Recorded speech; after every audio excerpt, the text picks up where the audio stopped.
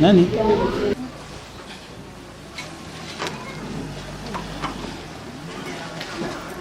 Bandeko bazevele batiki ka papa ye moko. Ngapena mema changa na mtu. Ah, mama prophétesse, tika mama. Bato bazevele batiki ka papa ye moko changa na mtu papa. Allô?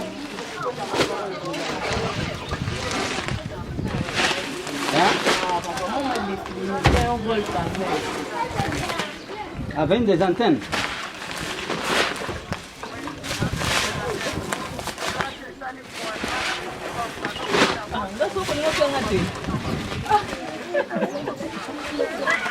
Bon, de toutes les façons, on a venu Mouchikon, on a déjà. On a venu des antennes dans Mouchikon. Ok, voya, Ah, ça m'a beau. On a beau à mon école. Keba.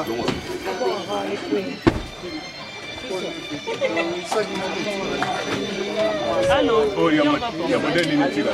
Qui moi? Mets-toi ici. Et bois là-bas. Tu es pas voir mes pas.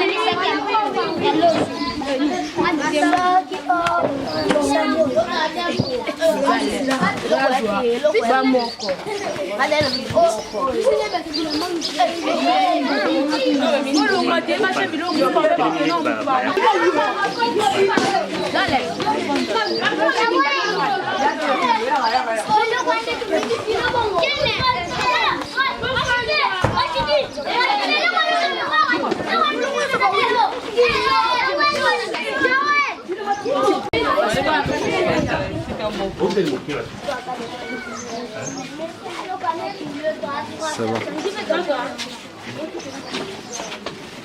C'est bon. Hein?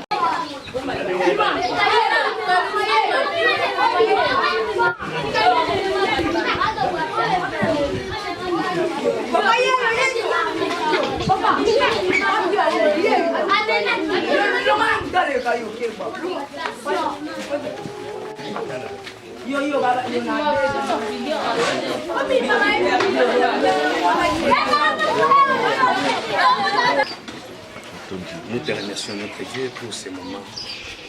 C'est toi qui as voulu que nous soyons assemblés en ce moment. Tu sais pourquoi tu nous mets ensemble en ce moment.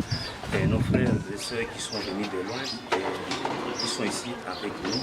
Seigneur, fasse que tout ce que nous allons parler avec eux soit par ta grâce, glorifie ton nom. Tout ce que nous allons dire, glorifie aussi ton nom. Bénis, Seigneur, nous tous qui sommes ici, au nom de Jésus. Amen. Amen. Tokofanda, botoza un problème à moi, bien, pour se dévier pour tous à moi et si à Malili. Awa, les enfants. Les enfants.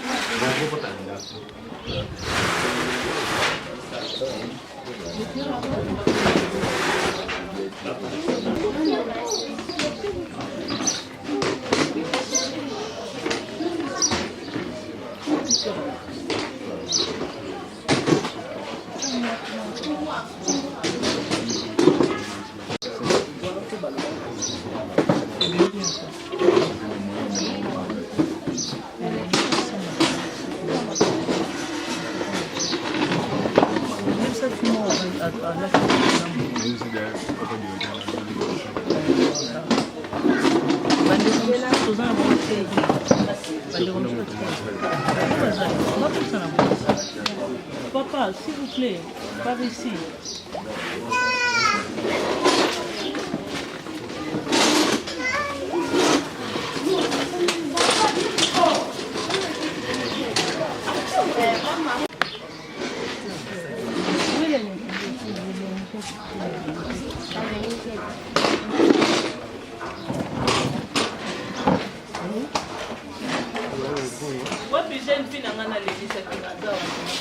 Akie bon. À côté. À côté à quatre. Oula, je vais bien te voir. Viens, je t'appelle. Enlève le chapeau. Tes cheveux c'est sale. Viens, moi-même je vais te dresser. Ah, je vais te dresser aujourd'hui. Va chercher les peines. Ça va? Ça va. Je m'appelle qui? Moi. Je ne sais pas. Tu ne sais pas? Oui. Ah bon? Je m'appelle prophétesse Jeannette. Oui. Je m'appelle qui maintenant? Réponds-moi. Prophétesse. Prophétesse. Jeannette. Jeannette. Ah, ok. Prophétesse Jeannette. Tu as quel âge? 8 ans. C'est vrai. Oui. Ah, qu'est-ce que tu vas dire à tout le monde qui te regarde là-bas? Regarde d'abord les caméras. Qu'est-ce que tu peux leur dire? Il faut regarder les caméras. Merci. Nous ambassadons na bino abatela bina bomba bino. Amen. Bosi papa na makila na Yesu na kombo na Yesu. Amen. Yebisa bango ke linga bango mingi. Nalingi bino mingi, bino nyonso tu. Tovandi boye, nalingi bino mingi nasana esengo. Zamba pambola bino. Amen. Yemba be pona bisolo yembo yo elelisaki ba maman na ba papa. Telo yembo wana te. Ah yemba ngo ça va bien. Tika yemba ngo. Yembo wana te pa yemba lo. Bon yemba nzemo mfusu asika. Nga mona ola kisonze muto yemba biso mbali. Quelle merveille Dieu. Quelle merveille Dieu. Il a fait de merveilleuses choses pour nous. Quel puissant Dieu, quel merveilleux. Il fait toujours de merveilleuses choses pour nous. C'est facile, non?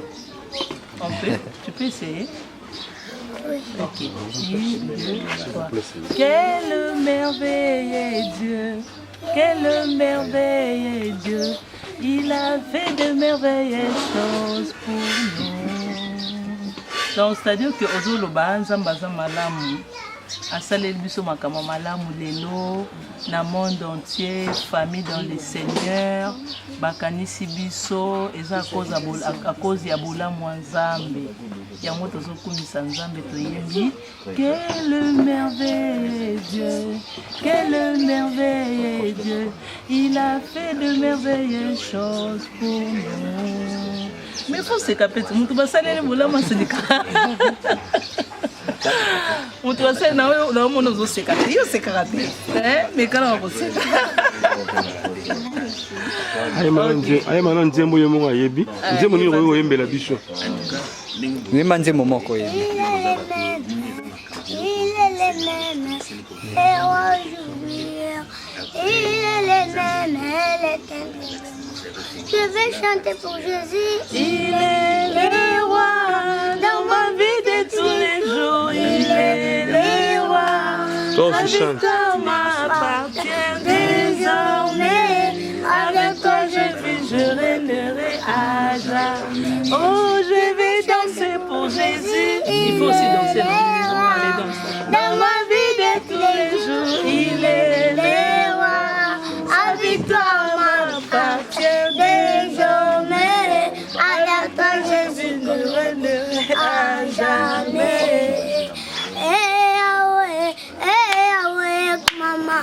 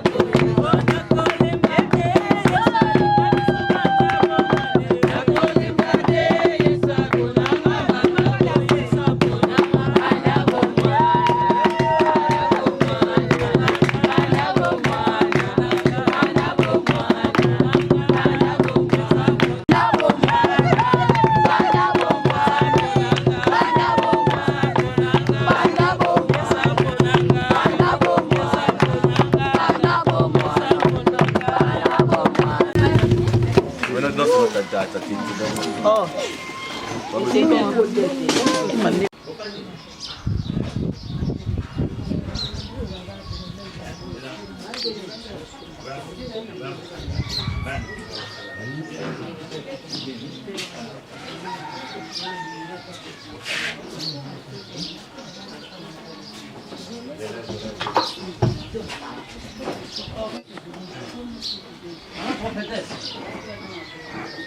Congo na bandeko na biso to partager oyo babengi bolingo.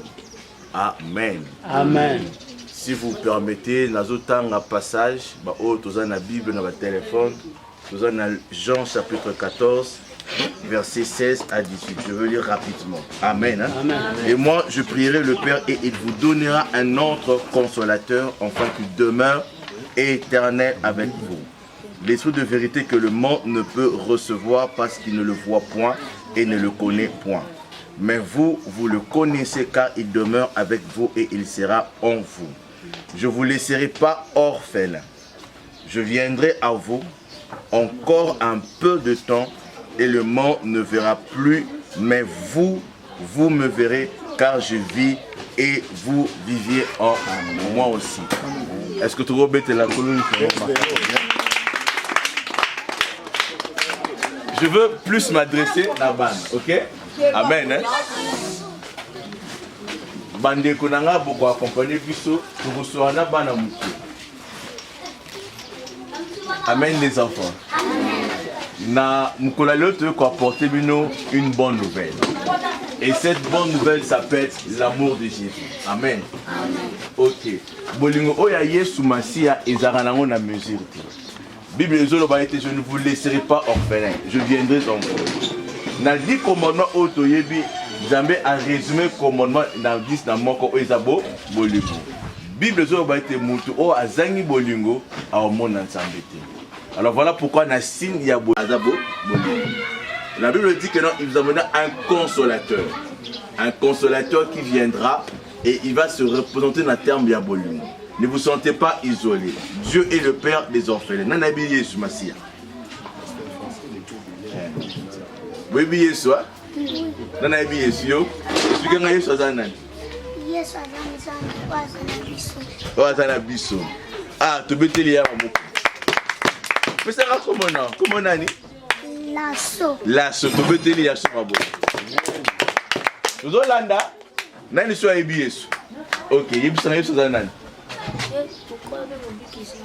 Mokonzi pe mobikisi na yo. Kombo nani? Israël. To beteli Israël maboko. Nani so ebi Yesu? Ai. Kombo nani? Kosa biso na kombo na. Prince. Prince, kombo no prince. Yesu za nani pona? Mokonzi pe mobikisi. Mokonzi pe mobikisi. To beteli pasi. Nani susu? Ah, otombo kosa biso na kombo. Ready. Ready, c'est un peu naïo. Amen. Ah, tu peux te dire ready maman. Nani so alinga bakisa. Ok. Moni ba réponse tout beau pe singai. Hein? Yangono o Yesu pe azali pona bona biso. Aye ami kufi ami bondi.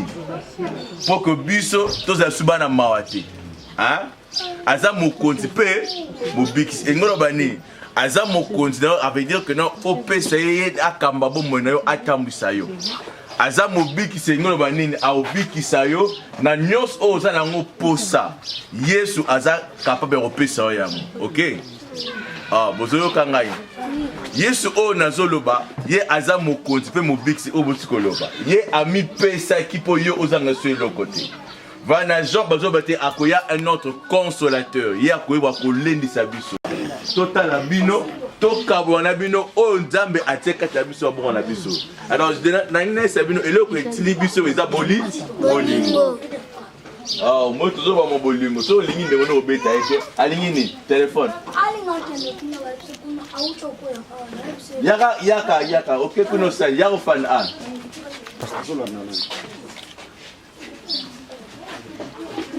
Alors l'histoire n'a pas été la venue à Yesu mobikisi.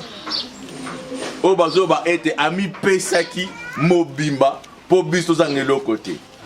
tina lo bake yes nem tatindi biso awa. Est-ce bien le biso? Te. Et là yes nem to atindi biso, ça prouve que akanisa kabiso, akanisa kabino. Ah? Et zo tali ça est lelo. Bondela ki? Bon, yo bono senza meni. Pesa nga kombo na d'abord. Teliba. Kombo nani? Samuel. Samuel senza meni lelo. Napesa kinja merci. Nende nga komisa nga na tongo. Bamisusu tobotama. Baza na age onga na komi na wote. Na mokolo lelo bazali te me. Zamba pesi nga grâce. Pepe ma ya koma na tongo. Yango na kende na fukama. Kosambela kosi merci. Toko betela ndeko maboko makasi.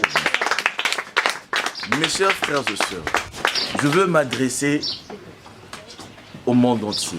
Vous tous qui me suivez, de partout vous êtes en train de me suivre, de l'extérieur du pays à l'intérieur du pays. Le matin, lorsque vous vous réveillez, apprenez à rendre grâce à Dieu. Regardez cet enfant. Le matin, il est au Kassali. Lève-toi. Tu as quel âge? Ouais. Vous avez âge?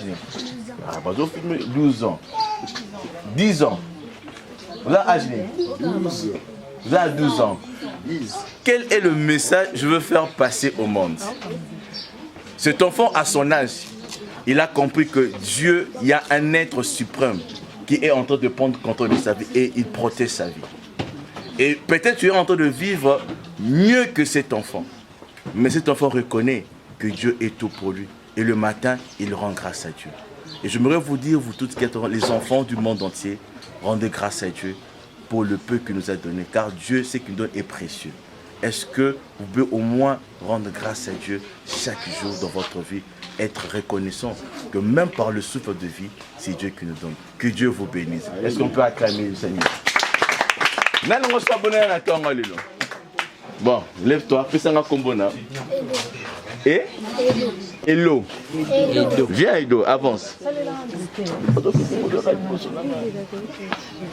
Alors Edo, Nathan on au bonheur c'est un meni. Merci. Kolala kolamkeza habitude te. Na pesa nzambe merci pona tango lelo nga moki bato nsusu bakufaki menga na lamuki nalalaki lokola ebembe na yebaki te nzambe na monisa tango lelo baza na hôpital to beteli kole somo makata bato belé baza na hôpital mais ce petit garçon le matin il apprend à rendre grâce à Dieu et toi qui es en bonne santé au moment où je suis en train de parler aux monanga aux liana yo tu es en bonne santé aux lia aux mela. Mais tu ne sais pas rendre grâce à Dieu pour le peu. Moi, soupe au mon alcool sainao. Mais avec ses enfants, nous sommes en train de rendre. Il n'est pas sous moment, il n'est pas sous l'hôpital, il n'est pas sous anesthésie. Mais qu'est-ce que tu avais fait pour que tu puisses avoir ce que tu veux? Seulement la grâce de Dieu. Est-ce qu'on peut acclamer pour la grâce de Dieu? Seulement la grâce de Dieu. Ne peut s'appuyer sur le paiement.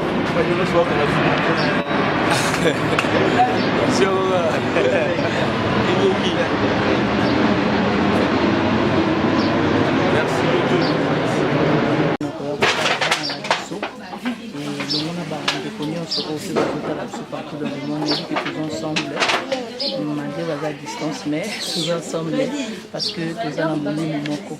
Alors, tant que maman, on sommes monté ma bonne maman, et on a quand même la souki, et longi, salité, souki, salité, tout ça. Et alors, quand on a commis, on a remarqué que bah, bassi.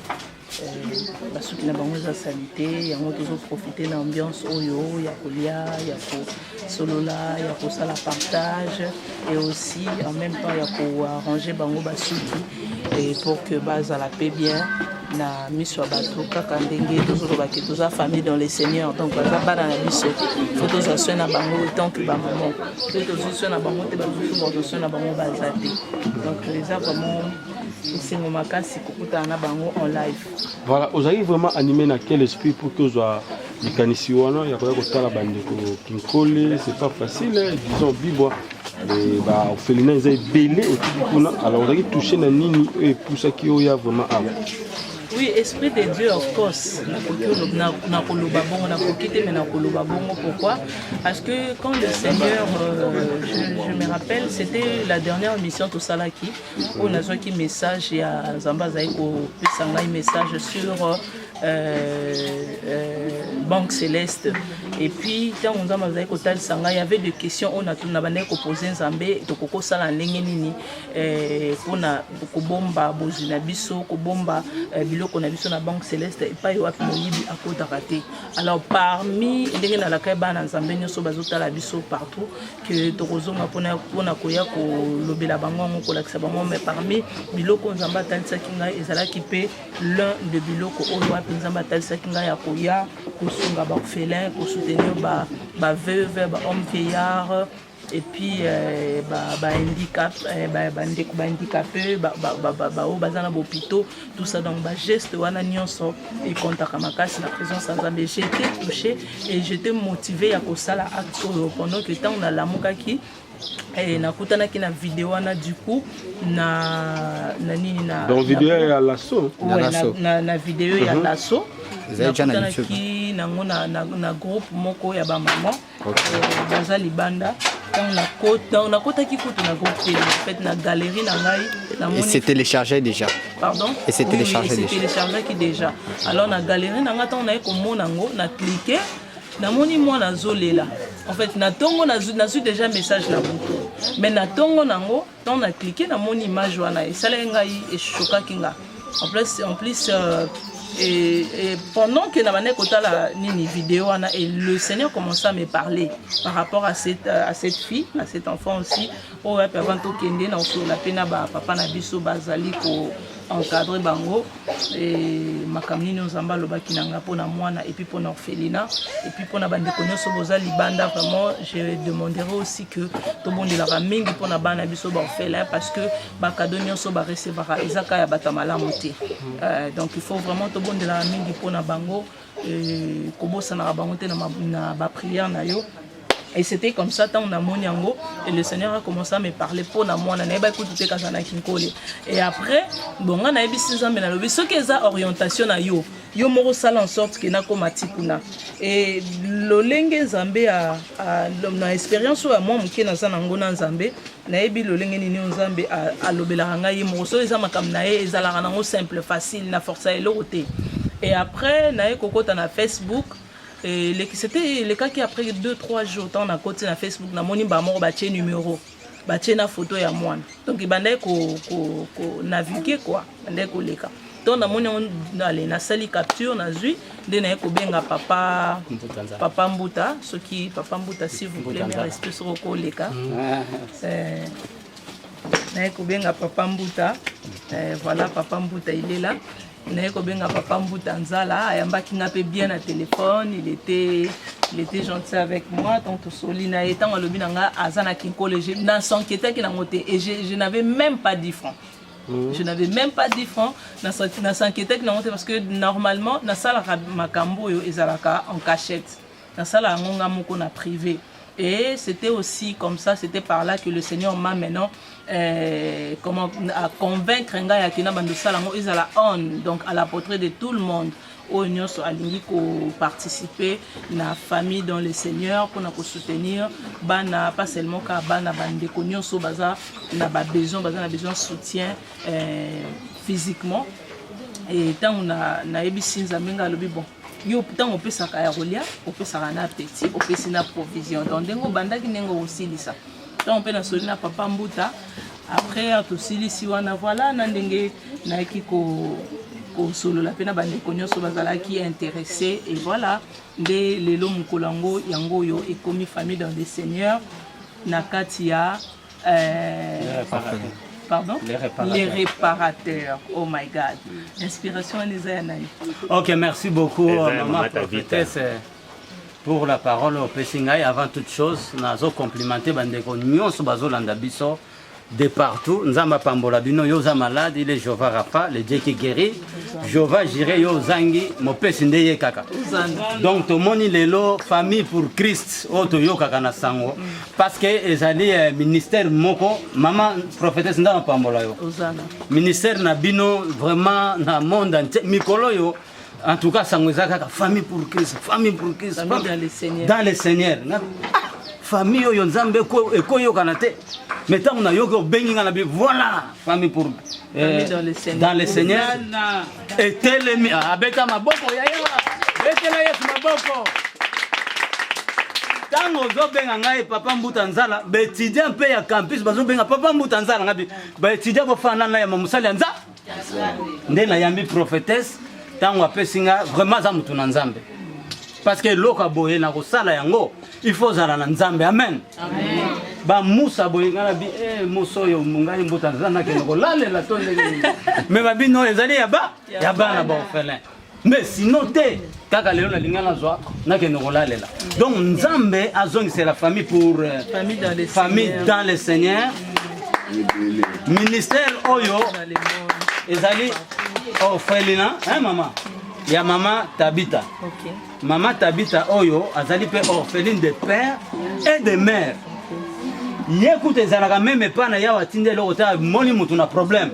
A okenda sungi. Et là maintenant les vaches comme c'est nzamba za ko sala ye. Oui ndenge olobi ezanga na za moyembi. Mbuta nzalo balwa mbuta nzala chante pour la gloire de Dieu kaka ngai oyo. Amen. Na imba pona lokumu yanza. Nde mikoro na so bimisa album titre ignorance. Ignorance. Na mungongo ya nani? Na mungongo ya mbuta nzala. Omoni so biso. Mama moni bajur. Na mungongo ya nani yembila ngakolo. Donc alors bango songi so frère mbuta yemba kaka bongo. Voilà yemba muke. Mungongo ya nani? Teba seza ya nani? Mama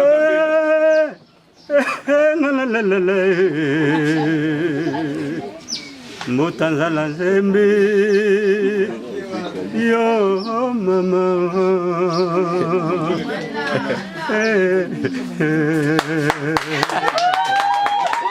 yo mozo mama ignorance yo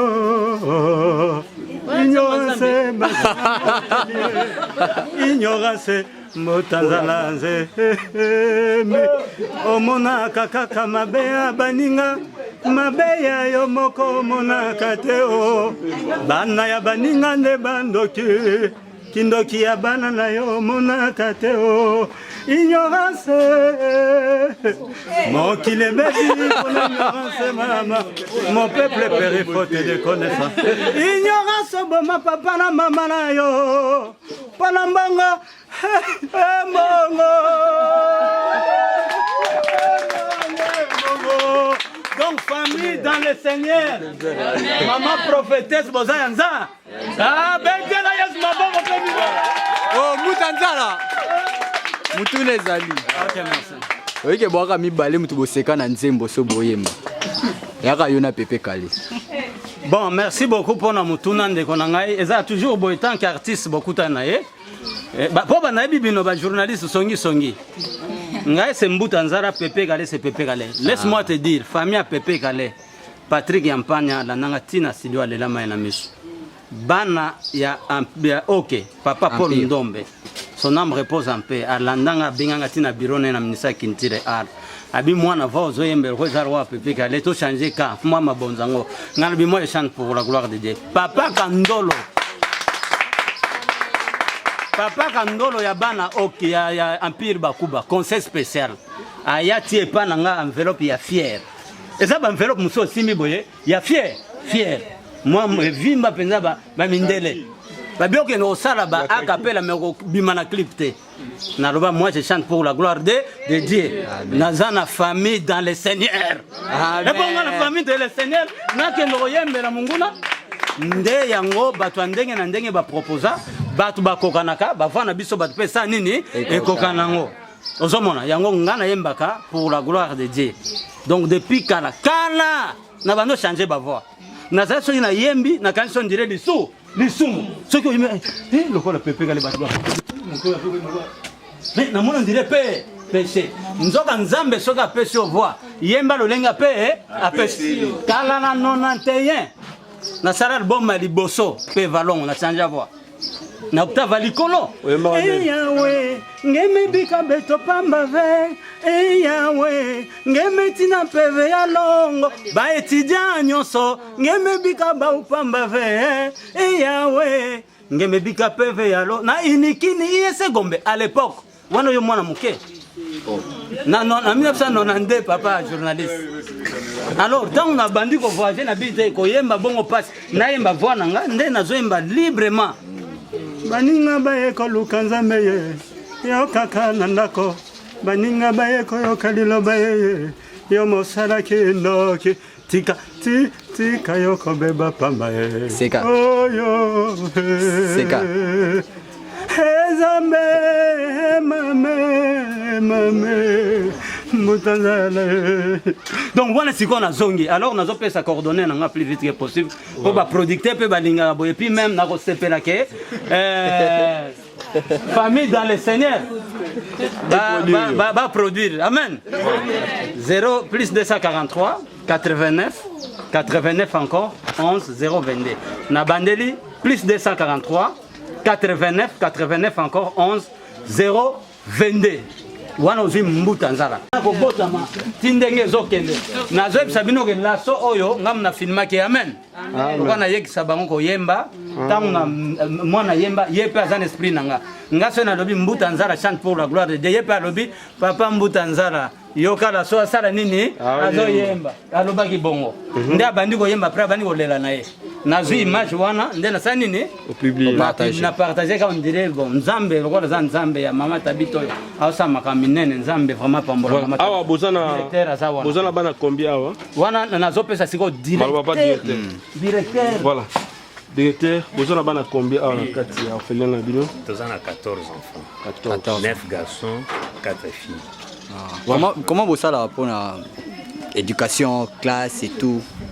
Pour l'éducation, disons, oyaza la classe à l'école, dans la 5e, régie. D'ailleurs, abimaki premier na école. Abimaki na 95%. Na trimestre wa proclamaki, ti directeur a PCA nani. Alors bien au foot là donc au foot là année mon OK donc année mon bana au foot aquí on ndenge inde azoki ba point belé na école mobile donc baza 9 fois na batanga ka oya suka za na première ba msusu 4 wana ba oya mikendi to na babandi 4 ans na babandi bienté mais nyonso wana tozwaka école ya gratuité té tuna mama tabita ka imoko ndia bundaka ndia futela bango awa na école mo chisupa na msusu za na C Bobo ya gratuité bino moko te to boya te awa ezate ezana ngambo kuna balabala et puis tango yaka donc c'est tout le monde qui est enflé alors en tout cas tozwaka isika te pour la éducation eza bongo batangaka toza pena ba mama ba encadreur ba oyo basunga bana pona kolambela bango kosunga s'occuper na bana bazami balé donc aza éprouvé oyo alinga sala lelo aza éprouvé akufeli mutulobi nde akendaki men toza na baseur mosusu mibale donc bango bareeleyaka baza bana ndako bareelaka soki bango se familiarisera bien entre bango très bien en tout cas soki otala ta bana omonaki en tout cas inquiétude eza te mpo na frenam soki kuna bana mosusu baza retiré aza na esengo te mais makambo wana tozaka bana nyonso bazaka égal tozala na mwana te oyo nde préféré to mwana oyo nde ayaka liboso te nde ndenge tozali donc nde ndenge éducation na bango ezwamaka batangaka awa mpe bana babimaka te bana biso batindamaka te babimaka na enclos te depuis confiné banda donc disons mesure nani ba geste barrière bana babimaka te voilà et maintenant ba déviter ni bozana awa et surtout que tout le monde bana bazala ba mwa mingi te effort ni bosalaka pona ko récupérer bana oyo ba mama ba bora banzela et surtout que tout le monde ba jeune fait belé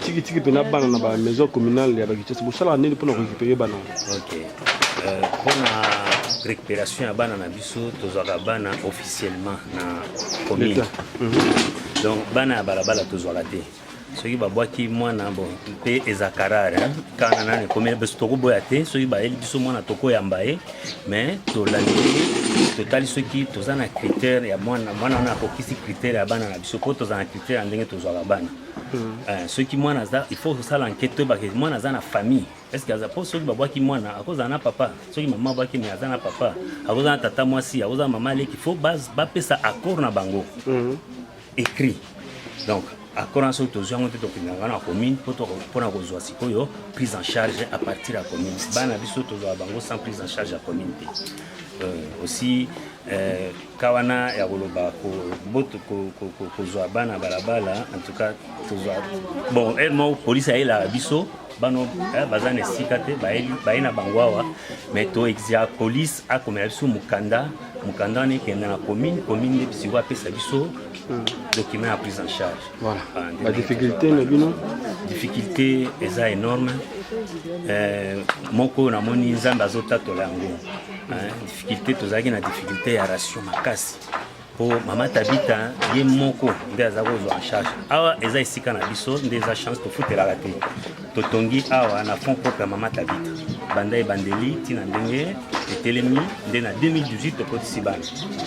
Donc difficulté ezaki pona kolia mais nzamba zosunga banda événement ya lasso en tout cas nzamba la kisike il a pris tout en charge nzamba en tout cas je makambo nyoso en charge pona makambo zo lekela biso tala ka ndenge boye bosali voyage mulai vraiment mutu mususu bebise na kinkola monaka bamusu babotami na kisa bakoli menamba banyata wate kinkola bamona yango musika metala kana encourage na bana c'est pas facile nzamba za lokundu ça grâce déjà obi na 2018 ne bokoti bana donc 2 ans déjà oui na 2018 to bandi ko zo ndena pesi sikoyo demande la commune que toko siko ko héberger bana mais avant cela tant on a bando tonga ponga mtona tongi sisika depuis 2013 tozarozwa bana en charge na ba famille ba bémini to bando sala ka netika tozana orphelinat po awa ba jouer zaka ebele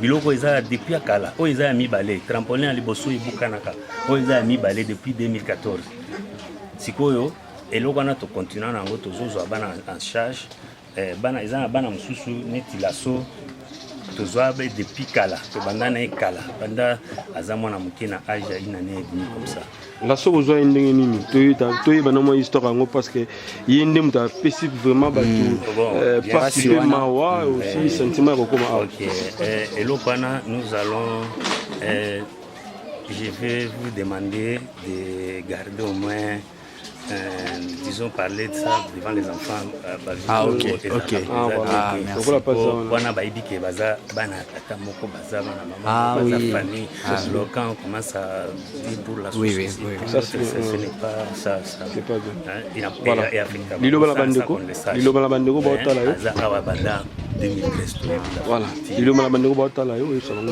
pour la bandeko ba otala biso eza tokumisi kanzambe nakumisi nzambe na kombo ya mama Tabita Nzinga tokumisi nzambe po ye esika azali ayoka soki confinement te mbele asaki akomawa mais ayoka kaka azala po eloko ezosalema awa ezo affecté makasi komona nzambe atelemi na esika oyo esika openza nzambe afandi atekiti na ye po makambo ezoleka na lupango oyo eza miracle et pona baninga mususu bakanga motema te oyo ayoki nzambe atuti motema na eza biso te nzambe nde mutu azosala soki nzambe akoteli ndenge mama prophète salobi ke elo mususu asalaka donc oyo nzambe ezaka ya nzambe te ayokaka kaka eza kaka eza mais oyo nzambe ayoka esalimi na facilité ndenge bango pe bakanga motema te basala ndenge mama prophète ça merci andimi appel à nzambe motuna moko esuka bo acceptaka ya adoption soki ben ba adopter te adoption eza na nana biso te bino bobokola kaka système na biso te biso to soka linga ya adopter jusqu'à la fin te adoption to sala bo libéra na âge to libéra ka pété pour ceux oui on comprend ndenge to zo bana na commune soki commune apesi biso mwana soki asi asali enquête akuti ke mwana wana aza orphelin commune asaleli biso mokanda à partir ya mokanda wana eza prise en charge provisoire mwana wana tokotikala na ye ti na suka soki quelqu'un mutu aye ko réclamer mwana wana akende nde na commune commune ekotala soki réellement mutu wana aza na droit ya korécupérer mwana wana bon c'est comme na poto soki mwana bozozwa ye bien te l'état social ekoya ozwa ye mais pour récupérer mwana wana ça deviendra très difficile. Bon, même chose na bana biso tant que tozwi bana boye soki otali bien makombo na bango nyonso eza banzinga to changer bango na bakombo toyebi nani na bango te origine na bango tsano tokipaka yango te po commune asi asali makambo yo l'état. Alors na niveau na biso eza question sikoyo ya ko biso déjà to adopter bango to ko kendo se faire adopter bango biso. Voilà. Merci de la famille dans le Seigneur, la paix si ensemble merci parce que quand on a été colobake ceux qui ont na simba maki na motema c'était par la puissance de Dieu. Moi j'aime des simba qui nga ndenge simba qui pende kwa zolanda biso ndenge biso nyonso simba maki bolamu oyo tosala totikate to continue kosala bolamu wana parce que tokanisa ozire ndenge tozosala tozolonana ezokende en 20 te donc na lola na banque céleste tozobombisa bolamu wana ezali bolamu tozosala na bana tozosala na bana te me tozosala na nzambe nakoyebisaka moto nyonso oyo acontribuaki mpona soutien ya bana oyo alemba te soki oza na don ya libéralité continue nango toujours nzambe akofungola yo esukaka mpe mpona bana te famille dans le Seigneur toza wana mpona bato nyonso esika oyo nzambe akotinda biso toza bamissionnaire tokendaka esika nzambe atindi biso lelo bomona biso na orphelinat lobi bomoni biso na hôpital lobi kuna bomoni biso esika oyo nzambe akotinda biso toza bongo napesi bino merci nzambe alola apambola bino azongisa ebele esika oyo ezwaki ezonga encore plus boyoki presque nyonso papa si alobi oyo akokai koloba nga na part na ngai oyo nakokoloba nzambe apambola bino nango yango lelo kolango yango ekaki toza ensemble na bana na kati ya esengo tozokanga suki tozolia tozobeta masolo basejourne mokokana bango lelo vraiment je vais pas compter voir là-bas tozobeta na bango journée mobimba lelo tovanda bango journée mobimba lelo jusqu'à ce que tokosisa ti bapokwa epuis tozongi na biso nzambe alola apambola bino nyonso eza prophétesse Jeannette oyo ya bino nayebi ke na suite oyo ekoya tokolobela sur tosukaki wa papa banque céleste yango nde bandeko bazozela tokolobela yango après émission oyo na ngolo ya Nzambe. Voilà. Mais na ba oyo bazwaki tante mpona kocontribuer na ba oyo mpe bazali na espoir kocontribuer mais balobi mbongo wana batango ndo liaka na bango pamba wana donc tika na boma mbongo na ngai oyisa bango ni mama papa ozolanda nga mbongo na yo ekovamisa na ngonga te soko kanisa ozopesa nga mbongo naza mbongo bopesa nga na mbongo moko za ntimo za mbongo na poche bosonga na merci omoni mbongo euti papa Yves ndenge opesi mosako liboye ezonga sute bwana kanga yo kama pambolo na yo tigele bana mibale ya ndako papa Yves alobi mbongo napesi na nzambe bon topesa nzambe mbongo nzambe papa Yves apesi yo mbongo nga na yo opesa mbongo na ozwa bwaka likolo siko senga na zwango na lie yo mona pasiani et puis mbongo wa mutu moko te kovwa misanga papa Yves non nalobela le passé na nga te soki temps ekoki na olobela le passé na nga je suis pas venu à la télé pour l'argent si c'était pour l'argent je n'allais pas venir c'est vraiment pour na mbongo ngena ya te ngande na ovwa misabango parce que grâce na ngai na ngolo ya Nzambe grâce eza likolo na ngai mbongo na bango zo na maboko muta malamu et na banque céleste tango na vision na ngolo ya Nzambe oyo alakisaki nga erna ki na ki ko présenter mbongo ya mutu nyonso oyo nga nazoki na maboko na nga na ki ko présenter ngo ange oyaki kozwanga aboyaki même kosimba ngo tokotine na avion céleste avion ya mabele te ti ameminga na banque céleste.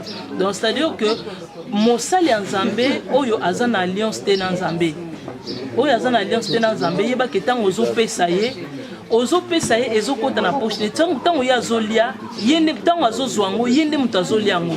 Mosali ya nzambe wana nde oza koenrichir mosala nayebi te bato so bazocomprendre nga papa Yves na bandeli nalobi boye ntango ozali kopesa makoki na yo na sacrificateur oyo aza lisusu na alliance te na nzambe yebaki ntango opesa ye langage ya bato balobaka ke tovwamisaka bapasteur. C'est vrai que bavwamisaka bango mais na biso oyo tozwi ngolu na mosali ya nzambe nyonso aza na alliance na nzambe yebaki opesa 1/10 olatisa ye oliesa ye ntango ozosala baacte wana ya kozwa charge ya mosali ya nzambe. Ne pense pas que oza koenrichir ye, le contraire ye nde grâce na ye yo ozobénéficie nango.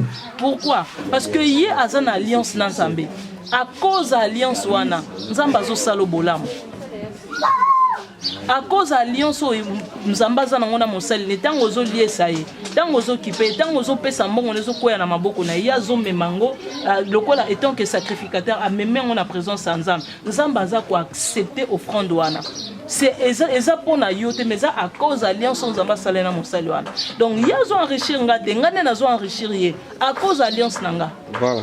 Donc oyo amoni que akoki ko oyo apesaki te ba oyo nyonso bazaki na besoin ko soutenir et que basala qui a monté to lobby que tout ça là chaque 2 mois ça dépend ya montant nini auto mona que to kotisi et koti na compte ya nini ya ba programme na compte ba programme o donc des monde total à kaso to moni que to kokisi package moko o ko permettre biso ya que to sala yango to sali mais o ya mona ki pe que non alingi à soutenir à sala qui yango te eza trop tard te eza na bande ko mususu ba mi pese la qu'avant chaque fin du mois à sala alliance na ina nzambe atinda kana chaque fin du mois olie amoni ke mamanga so na tiki na olia mamanga so na tiki na o dépenser bon pona baby sa alliance na ngate na nzambe atinda kango chaque fin du mois moi na ekoki atindi assez donc assez à se dégager ou à se débarrasser na peut-être na koluka koko isama il y a que abebi sa alliance na nzambe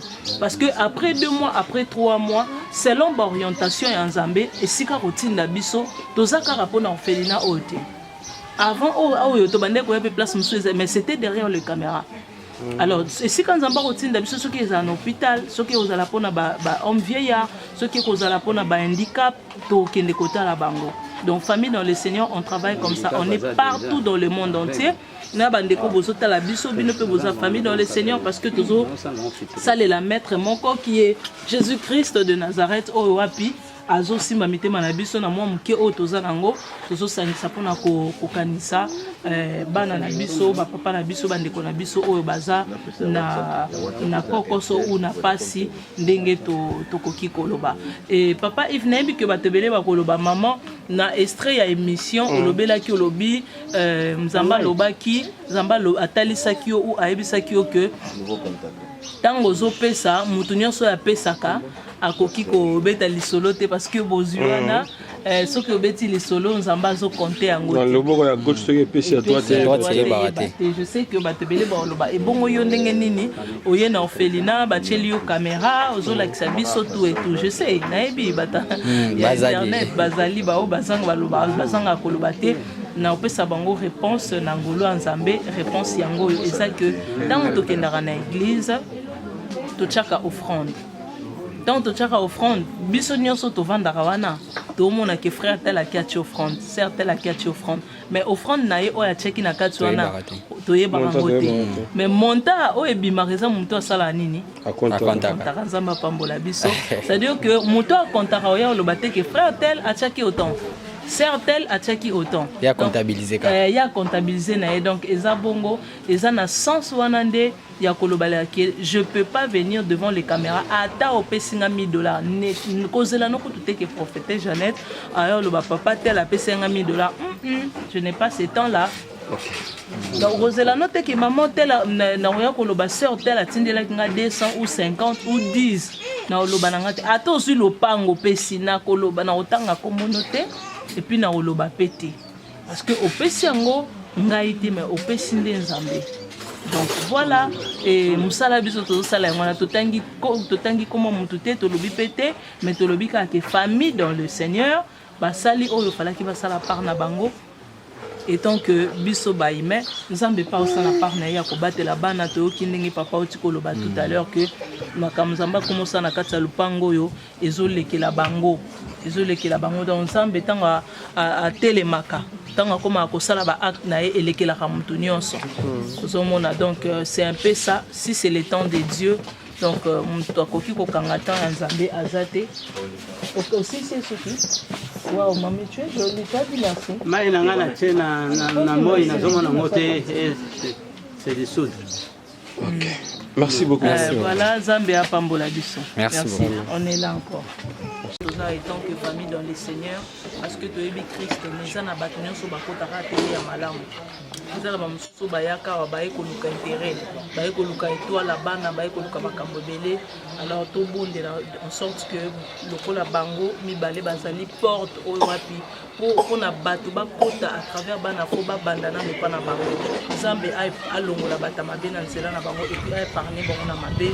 Tout bon deli au nom puissant de Jésus-Christ. Yawe Nzambe tozozolisa bakambi ya kati ya orphelina na maboko na yo Yawe polo tosengi bateli Nzambe ezali yo Yawe batela bango na kati na bana oyo bayebana kosupporte bango Seigneur bayebana kosalela bango Père éternel komema bango et donc les responsables sikete bolamu na yo Nzambe na bango okanisa bango obomba bango maboko na bango ebonga na esila loboko na oyo oyo bango obazosala ngo te na kotepa ya bango obazosala ngo kozela kotepa ya yo eza bango longo ntango nyonso makasi ya sika epesa mbela bango ntango nyonso po ete bazala toujours permanent mpe disponible mpona tina bana yawe tikete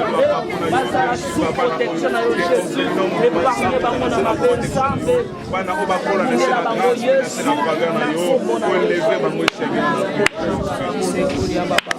Tozo senga na Nzambe ayeba na kofongola encore ba porte minene na kati ya orphelina oyo. Tozo yebisa Nzambe asala bolamu makasi na kati ya orphelina oyo. Oyo bazomona ezala kaka ebandeli. Oyo Nzambe akosala eleka oyo bango bazomona. Pe eleka oyo bango bazokanisa. Tozo senga loboko ya Nzambe ekende kosimba mitema batu na fin fond tina kati ya présidence. Tina kati ya mitema bakonzi molobo kwa Nzambe ekende kokota esimba mitema bakonzi pour que baya na ko visiter bana oyo to bondeli au nom puissant de Jésus. Samba lola ko bondela na ko ya woti ke loboko na yo oyo ya ko simba mitema ya ngai esimba ke mitema ya famille reste bande sur le monde kaka ni simba ke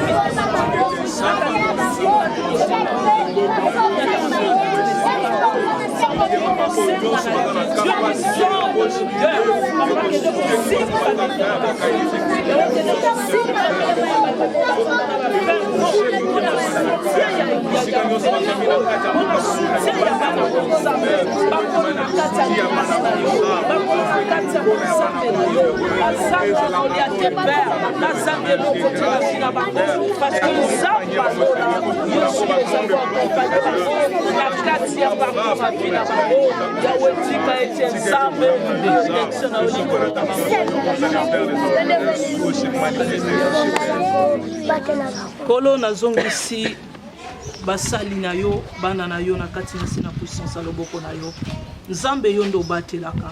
Seigneur, prière nangai ezali épargner bango na ba surprise désagréable nyonso monguna.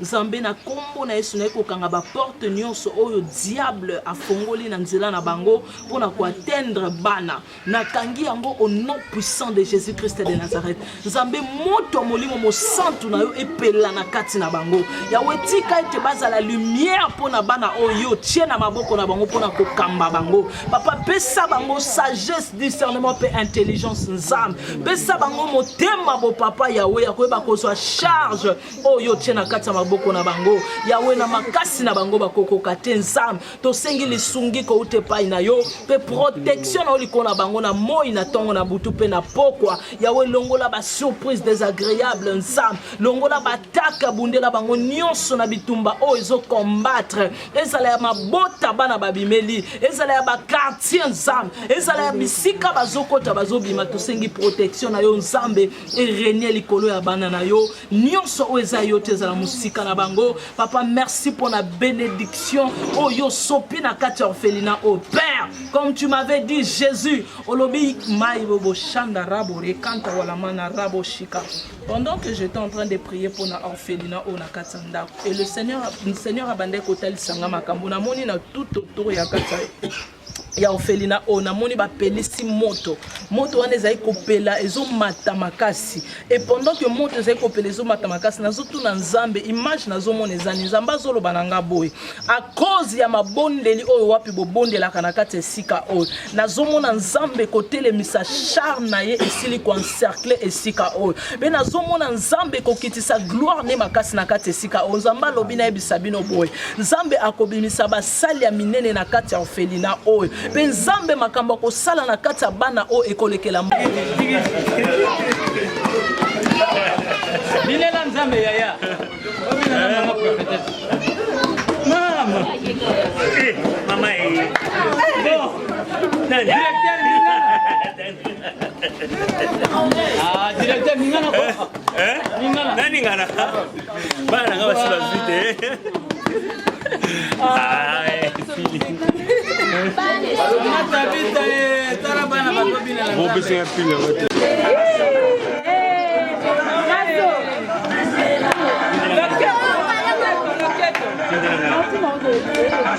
Binela nzambe, binela nzambe.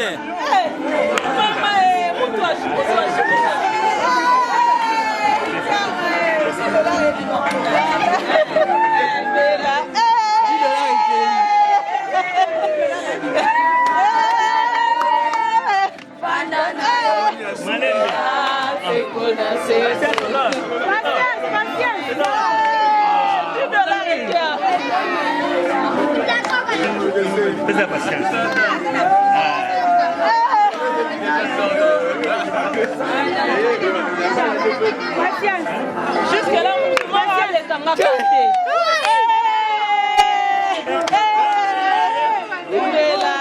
C'est qu'on a ça.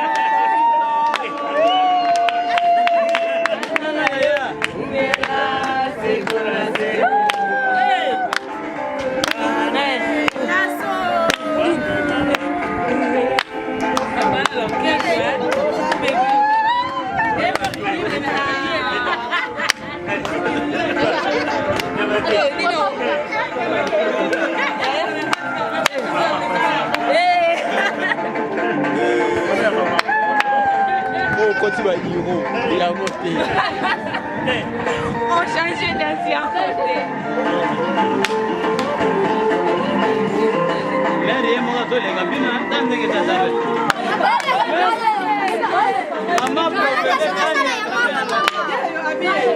Bon.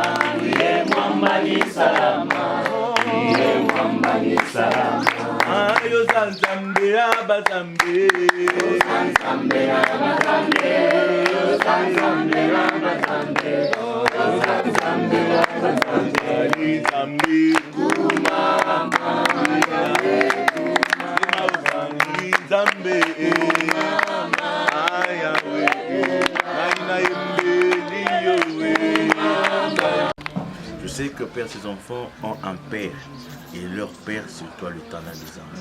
Il est écrit, tout l'argent t'appartient et lorsque nous t'appartenons, nous n'allons pas manquer de rien. Ma prière est que ces enfants ne manquent de rien au nom de Jésus. Que ce soit le besoin matériel, financier et spirituel, moral. Que ces enfants ne manquent de rien au nom de Jésus. Car l'or et l'argent t'appartiennent. La Bible nous enseigne comme les oiseaux mangent, mais ne travaillent pas, mais à combien plus fort que nous, tes enfants, Père éternel, que tu as créé à ton image. Pourvoi éternel sur le plan sanitaire, que ces enfants ne tombent pas mal, même s'ils tombent malades, qu'ils soient guéris au nom de Jésus. Yes. Parce que tu es le Dieu qui ne soigne pas, mais tu es le Dieu qui guérit. Yes. Et notre foi, nous le basons en toi, Jéhovah Rapha. Je prie pour ces enfants, ceux qui sont malades, qu'ils soient guéris au nom de Jésus. Que notre patience en ce lieu, nous puissions laisser la bénédiction. Je ne peux jamais terminer ma prière en pensant à la maman, la propriétaire de cet orphelinat qui nous a réunis, de partout où elle est. Que la bénédiction lui parvienne au nom de Jésus. Amen. Et toute personne qui travaille ici de loin et de près, que ta grâce coule sur nous au nom de Jésus. Je bénis ces enfants et je bénis ces lieux, je bénis cette vision. Et notre départ précède de nous comme nous sommes venus avec toi et accompagne-nous sur notre retour. Je prie au nom de Jésus. Amen. Ça va, Yaya, la mignonne. Nzambe apambola bino. Vous allez me manquer.